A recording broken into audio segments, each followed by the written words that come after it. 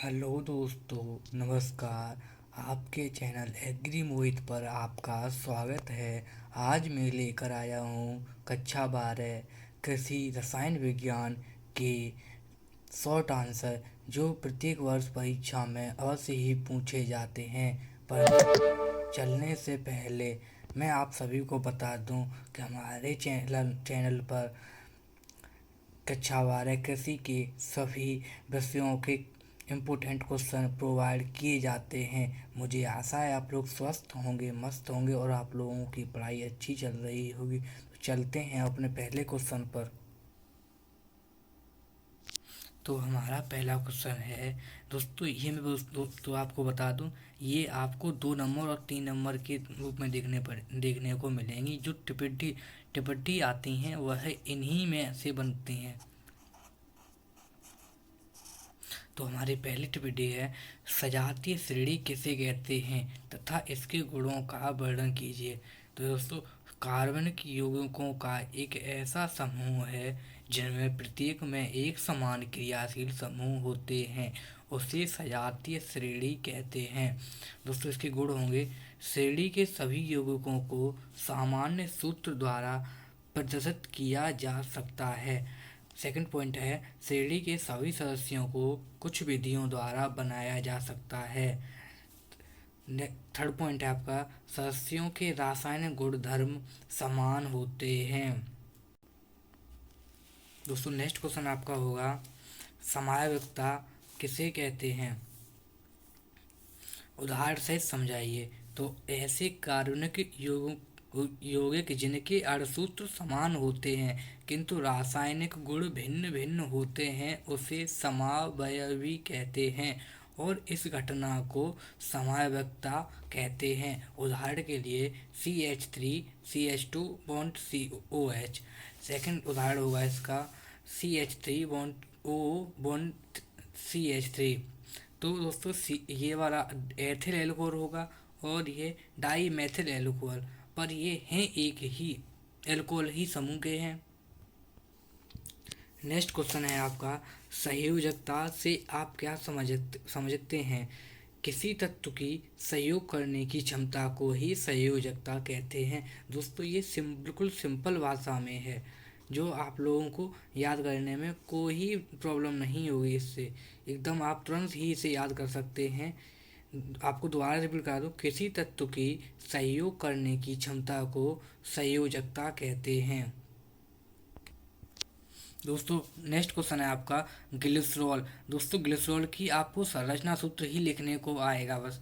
तो इसका CH2OH और CHOH बॉन्ड CH2OH, इसके उपयोग भी आपको लिखने में मिल सकते हैं। तो इसका उपयोग मिठाई, शराब और फलों के संरक्षण में।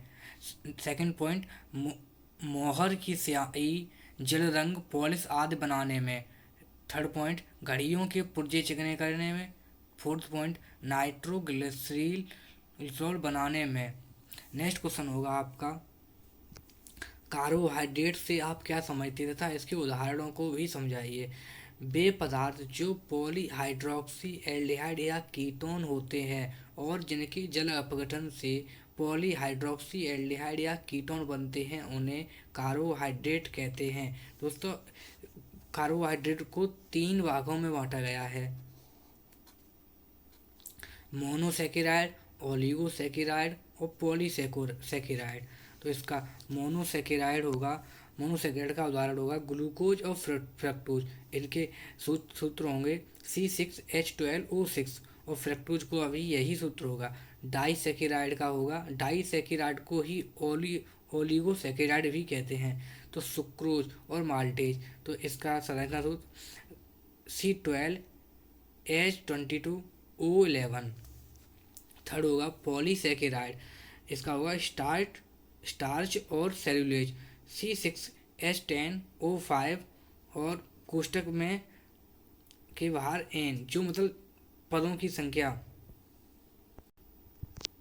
नेक्स्ट क्वेश्चन है आपका, पर नेक्स्ट क्वेश्चन से पहले मैं आपको बता दूं, तो हमारे चैनल पर नए हों तो हमारे चैनल को सब्सक्राइब करें, और आपको यदि वीडियो हमारी अच्छी लगे तो लाइक करें, और नेक्स्ट क्वेश्चन है आपका, रेडियो एक्टिविटी से आप क्या समझते हैं? जो पदार्थ ऐसे विकिरण उत्सर्जित करते हैं जो फोटोग्राफिक प्लेट को काला कर देते हैं और गैसों को आयनित कर देते हैं, उन्हें रेडियो एक्टिव पदार्थ कहते हैं तथा पदार्थ के इस गुण को रेडियो एक्टिविटी कहते हैं। यह 3 प्रकार की होती हैं, अल्फा किरणें, बीटा और गामा किरणें।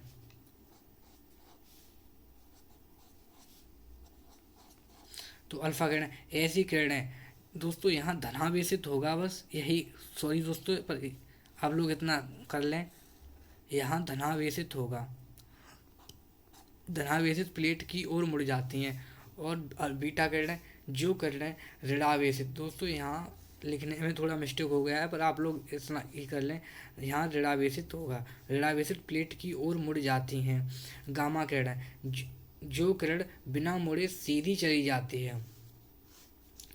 नेक्स्ट क्वेश्चन है आपका, संतृप्त और असंतृप्त यौगिक में अंतर। दोस्तों ये क्वेश्चन काफ़ी बार पूछा गया है परीक्षा में, इसलिए आप लोग इसे, संतृप्त यौगिक ऐसे सभी यौगिक जिनमें एक कार्बन परमाणु दूसरे कार्बन परमाणु से एक बंध द्वारा जुड़े होते हैं तथा कार्बन के शेष बंध किसी अन्य तत्व के परमाणुओं से जुड़े होते हैं। उदाहरण के लिए CH4, तो एथेन और मेथेन, C2H5 हो जाएगा एथेन का। सेकंड हुआ असंतृप्त यौगिक, जिन यौगिकों में कार्बन परमाणु द्विबंध या त्रिबंध द्वारा जुड़े रहते हैं उन्हें असंतृप्त यौगिक कहते हैं। CH2 second double bond CH2 और CH triple bond CH4, CH, sorry दोस्तों यहाँ CH ही होगा। नेक्स्ट क्वेश्चन है आपका, उदासीनीकरण से आप क्या समझते हैं? जब अम्ल किसी क्षार से अवकृत होते हैं तो जल और लवण बनाते हैं, इसे उदासीनीकरण कहते हैं। दोस्तों इसका उदाहरण होगा NaOH, sodium hydroxide, Na++OH- ion होगा। लवण, अम्ल तथा क्षार के उदासीनीकरण अवक्रिया के फलस्वरूप बने पदार्थ को लवण कहलाते हैं। लवण कितने प्रकार, दोस्तों लवण 6 प्रकार के होते हैं मुख्यतः, सामान्य लवण, अम्लीय लवण, मिश्रित लवण, द्विक लवण, संकर लवण और भास्मिक लवण।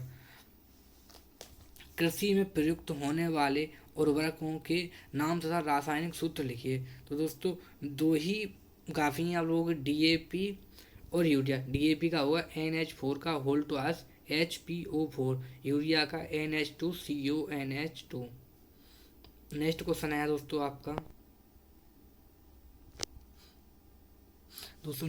आपका, साबुनीकरण से आप क्या समझते हैं? तो परिभाषा, वसा या तेलों को क्षारों द्वारा जल अपघटन करने पर बसीय, सिटेरिक, फाइटिक अम्ल आदि के सोडियम या पोटेशियम लवण प्राप्त होते हैं। ये लवण साबुन कहलाते हैं। इस क्रिया को साबुनीकरण कहते हैं। उदाहरण के लिए सिट्रिक या ओलिक अम्ल। इसकी सूत्र होगा CH2CO2.C17H35, बॉन्ड होगा CH CO2 दोस्तों ये पॉइंट ही होता है यहाँ पर, और C17H35 CH2CO2.C17H35 प्लस 3NOH। दोस्तों यहाँ 3NOH ना हट लगाकर आप सभी पर NaOH लगा सकते हैं। तो CH2OH bond CHOH bond CH2OH plus 3C17H35 COONA। दोस्तों ये आपका साबुन का सूत्र हो जाता है। तेल और वसा के उपयोग, इनका उपयोग भोजन पकाने तथा प्रकाश उत्पन्न करने में। सेकंड पॉइंट, ग्लिसरॉल और मोमबत्ती बनाने में। थर्ड पॉइंट, अलसी का तेल बनाने में। आधुनिक आवर्त नियम,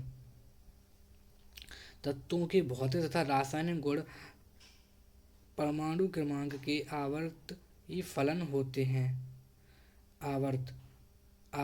आधुनिक आवर्त सारणी में क्षैतिज खाने आवर्त कहलाते हैं। इनकी संख्या 7 होती है। वर्ग, आधुनिक आवर्त सारणी में 9 ऊर्ध्वाधर स्तंभ होते हैं जिन्हें वर्ग कहते हैं, जिनकी संख्या 0 से 8 तक होती है। इसमें 18 वर्ग होते हैं। दोस्तों पूरी आधुनिक आवर्त सारणी मतलब में 18 वर्ग होते हैं। दोस्तों उसी का अगला पॉइंट है तत्वों की परमाणु संरचना का आवर्त सारणी से संबंध। तत्वों के रासायनिक गुण उनके परमाणुओं में उपस्थित इलेक्ट्रॉनों की संख्या पर निर्भर करते हैं। यही संख्या परमाणु क्रमांक कहलाती है और यही परमाणु क्रमांक तत्वों के आधुनिक वर्गीकरण का आधार है। नेक्स्ट क्वेश्चन है दोस्तों आपका, समस्थानिक समीकरण से आप क्या समझते हैं? एक ही तत्व के वे परमाणु जिनकी परमाणु संख्या समान हो परंतु द्रव्यमान संख्या भिन्न भिन्न हो उसे समस्थानिक समीकरण कहते हैं। दोस्तों हाइड्रोजन के 3 समस्थानिक होते हैं, 1H1, 1H2, 1H3। तो 1H1 को प्रोटियम, 1H2 को ड्यूटेरियम, 1H3 को ट्राइटिटियम। नेक्स्ट क्वेश्चन है आपका, समभारिक। वे तत्व जिनके परमाणु भार तो समान होते हैं परंतु परमाणु क्रमांक भिन्न भिन्न हों उसे समभारिक कहते हैं। दोस्तों आर्गन और पोटेशियम और कैल्शियम के परमाणु क्रमांक तो अलग भिन्न भिन्न होता है परंतु परमाणु भार उनका एक समान होता है, एटॉमिक वेट। दोस्तों नेक्स्ट क्वेश्चन है आपको, आवोगाद्रो परिकल्पना। समान ताप तथा दाब पर समान आयतन के अणुओं की संख्या समान होती है उसे आवोगाद्रो परिकल्पना कहते हैं। दोस्तों नेक्स्ट क्वेश्चन है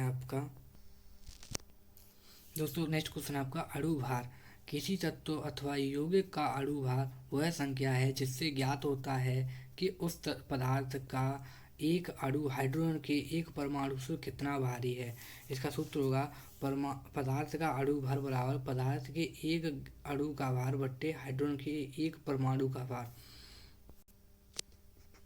नेक्स्ट क्वेश्चन है, किसी तत्व का तुल्यांकी भार वह संख्या है जो भार के विचार से हाइड्रोजन के 1 भाग, ऑक्सीजन के 8 भाग तथा और क्लोरीन के 35.5 भाग से सहयोग करे अथवा इन भागों को उनके यौगिकों से विस्थापित करे। तुल्यांकी भार के लिए संयोजन भार तथा रासायनिक तुल्यांक शब्दों का प्रयोग किया जाता है। परमाणु भार बराबर तुल्यांकी भार इंटू संयोजकता, इसका सूत्र होता है। दोस्तों आपका नेक्स्ट क्वेश्चन है, पर यदि आप हमारे यूट्यूब चैनल पर नए हो तो हमारे चैनल को सब्सक्राइब करें और यदि आपको वीडियो अच्छी लग रही हो तो हमारे वीडियो को लाइक करें। दोस्तों नेक्स्ट क्वेश्चन होगा आपका, भौतिक और रासायनिक परिवर्तन में अंतर लिखिए। तो दोस्तों भौतिक परिवर्तन और रासायनिक परिवर्तन। भौतिक परिवर्तन का फर्स्ट पॉइंट, इस परिवर्तन में पदार्थ के केवल भौतिक गुण, रंग आदि अवस्था ही बदलते हैं और कोई नवीन पदार्थ नहीं बनता।